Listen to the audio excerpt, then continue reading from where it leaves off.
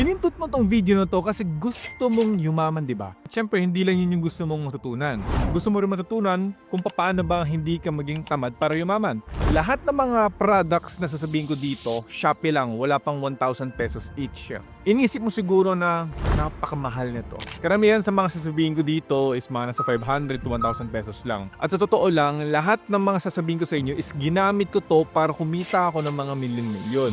Sa mga hindi pa nakakilala sa akin, ako si Franklin, I'm 25 years old, self-made millionaire na na-feature na rin sa iba't ibang mga shows at mga TV shows. At nakapag-give back na rin ako sa hundreds of families through my foundation. By the end of this video, malalaman mo yung 10 products na nagpabago ng life ko at paano mo din sila gamitin para kumita ka rin ng malaki. Purchase number 1 is blackout curtains with smart blinds. Ito yung purchase na literal na nag-save ng negosyo ko. Alam niyo kung bakit, no? Noong dati kasi, grabe talaga ako matulog, sa totoo lang. Ang tawag nga sa akin, tulog baboy. Kasi 2 AM talaga ako natutulog. Pero dapat by 9 AM gising. So 9 hours yun. Pero alam mo yung nangyayari? Minsan 1 PM na ako nagigising, mga 2 PM na ako nagigising. Ano nangyayari nun? Sumusobra doon sa goal ko lang na 8 to 9 hours lang matutulog. Kaya ang tawag sa akin, tulog baboy. Meron ako mga meetings, meron ako mga deadlines, lahat. Majority na mga yun is namimiss ko. Kahit na mag-alarm ako, anong ginagawa ko lang is snooze lang ako ng snooze sa phone ko. Kasi sa totoo lang, according sa Harvard Medical School, yung sinag ng araw, yun yung pinaka-effective para gumising ang isang tao. Yung cortisol hormone, yun yung nagpapagising sa akin kasi tumataas yung cortisol kapag nakikita ng mata mo yung liwanag. So ito yung gagawin mo. Step 1, bumili ka ng blackout curtains para walang istorbo kapag suminag na yung araw ng mga